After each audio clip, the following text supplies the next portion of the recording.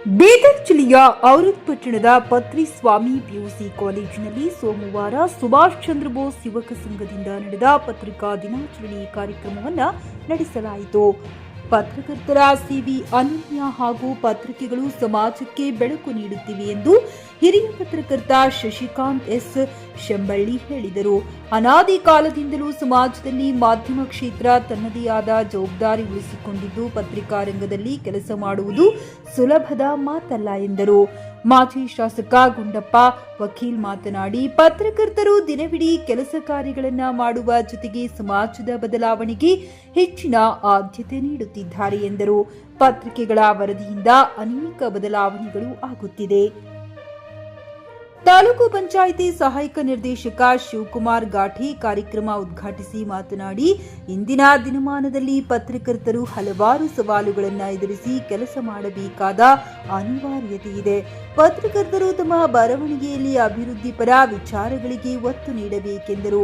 ಮುಖಂಡ ಬಂಡೆಪ್ಪ ಕಂಟೆ ಮಾತನಾಡಿ, ತಾಲೂಕಿನ ಪತ್ರಕರ್ತರು ನಿತ್ಯ ವಿನೂತನ ರೀತಿಯಲ್ಲಿ ವರದಿ ಮಾಡುವ ಮೂಲಕ ಅಭಿವೃದ್ಧಿಗೆ ಸಹಕರಿಸುತ್ತಿದ್ದಾರೆ. ಕರ್ನಾಟಕ ಕಾರ್ಯನಿರತ ಪತ್ರಕರ್ತರ ಸಂಘದ ತಾಲೂಕು ಅಧ್ಯಕ್ಷ ಶಿವಾನಂದ್ ಮುಕ್ತೇದಾರ್, ಪತ್ರಕರ್ತ ಅನಿಲ್ ಕುಮಾರ್ ದೇಶ್ಮುಖ್, ಸುಭಾಷ್ ಚಂದ್ರ ಬೋಸ್ ಯುವಕ ಸಂಘದ ತಾಲೂಕು ಅಧ್ಯಕ್ಷ ರತ್ನದೀಪ ಕಸ್ತೂರಿ, ಬಿಸಿಎಂ ಅಧಿಕಾರಿ ರವೀಂದ್ರ ಮೇತ್ರಿ, ಪತ್ರಕರ್ತರಾದ ಜಾನ್ಸನ್ ಘೋಡಿ, ಚನ್ನಬಸವ ಮುಕ್ತೇದಾರ, ಮನ್ಮಥಪ್ಪ ಸ್ವಾಮಿ, ಮಲ್ಲಪ್ಪ ಗೌಡ, ರಾಜಿ ಸ್ವಾಮಿ, ರವೀಂದ್ರ ಮುಕ್ತೇದಾರ್, ಅಂಬೇಶ್ವರ್ ಚಿದ್ರೆ ಹಾಗೂ ಹನುಮಂತ ದೇಶ್ಮುಖ, ಸುಧೀರ್ ಪಾಂಡ್ರೆ, ಅಹಮದ್ ಜಂಬಗಿ ಸೇರಿದಂತೆ ಅನೇಕರು ಉಪಸ್ಥಿತರಿದ್ದರು. ಅಮರಸ್ವಾಮಿ ಸ್ವಾಗತಿಸಿದರು. ಕಾಲೇಜಿನ ಪ್ರಾಂಶುಪಾಲರು ಅಖಿಲ್ ವಂದಿಸಿದರು. ರಾಜಯ್ಯ ಸ್ವಾಮಿ, ಜಿಕೆ ನ್ಯೂಸ್ ಕನ್ನಡ, ಔರದ್. ಯುವ ಕ್ರಾಂತಿ ಸಂಘಟನೆ 13ನೇ ಸಂಸ್ಥಾಪನಾ ದಿನ ಇದೇ ಆಗಸ್ಟ್ 16ನೇ ಶನಿವಾರದಂದು ಬಸವ ಕಲ್ಯಾಣದ ಮಾತೆ ಮಹಾದೇವಿ ಫಂಕ್ಷನ್ ಹಾಲ್ನಲ್ಲಿ ನಡೆಯಲಿದ್ದು, ಸಹಸ್ರಾರು ಸಂಖ್ಯೆಯಲ್ಲಿ ಭಾಗವಹಿಸಲು ಸಂಸ್ಥಾಪಕ ರಾಜ್ಯಾಧ್ಯಕ್ಷ ಗುಂಡೂರೆಡ್ಡಿ ವಿನಂತಿಸಿದ್ದಾರೆ. ರಾಜ್ಯದ ಯಾವುದೇ ತಾಲೂಕು ಜಿಲ್ಲೆಯಿಂದ ಸಂಘಟನೆ ಸೇರಾ ಬಯಸುವವರು ಇಲ್ಲಿ ಸಂಪರ್ಕಿಸಿ 9972767143. ಶಾಸಕಾಂಗ, ಕಾರ್ಯಾಂಗ, ನ್ಯಾಯಾಂಗಗಳು ಸರ್ಕಾರದಲ್ಲಿ ಪ್ರಮುಖವಾಗಿರ್ತಕ್ಕಂಥ 3 ಪ್ರಜಾಪ್ರಭುತ್ವದಲ್ಲಿ 3 ಅಂಗಗಳಾದ್ರೆ 4ನೇ ಸ್ತಂಭವಾಗಿ 4ನೇ ಅಂಗವಾಗಿ ಪತ್ರಿಕಾ ರಂಗ ಇದ್ದು ಕಾರ್ಯವನ್ನು ನಿರ್ವಹಿಸ್ತಾ ಇದೆ. ಶಾಸಕಾಂಗದಲ್ಲಿ ಶಾಸನಗಳು ರೂಪಿಸಿದ್ರೆ ಕಾರ್ಯಾಂಗ ಮಾಡುತ್ತೆ, ಅನುಷ್ಠಾನ ಸರಿಯಾದ ರೀತಿಯಿಂದ ಆಗ್ತಾ ಇದೆಯಲ್ಲ, ನಾವು ನ್ಯಾಯಾಂಗದ ಮುಖಾಂತರವಾಗಿ ಇವುಗಳ ಪರಿಹಾರ ಕಂಡುಕೊಳ್ತೀವಿ. ಆದ್ರೆ ಈ 3 ಅಂಗಗಳಿಂದ ಆಗದೇ ಇರುವಂತದ್ದನ್ನ ಪತ್ರಿಕಾ ರಂಗವು ಮಾಡಿ ತೋರಿಸುವಂತ ಶಕ್ತಿ ಸಾಮರ್ಥ್ಯ ಈ ಪತ್ರಿಕಾ ರಂಗಕ್ಕಿದೆ ಅನ್ನುವಂತ ಮಾತನ್ನ ಸಂದರ್ಭದಲ್ಲಿ ಹೇಳಿ ಬಯಸ್ತಾರೆ. ಅಂತ ಅದ್ಭುತವಾದ ಕಾರ್ಯವನ್ನ ನಮ್ಮ ಪತ್ರಿಕಾ ಮಾಧ್ಯಮದ ಮಿತ್ರರು, ದೃಶ್ಯ ಮಾಧ್ಯಮದ ಮಿತ್ರರು ಕಾರ್ಯವನ್ನು ನಿರ್ವಹಿಸ್ತಾ ಇದ್ದಾರೆ.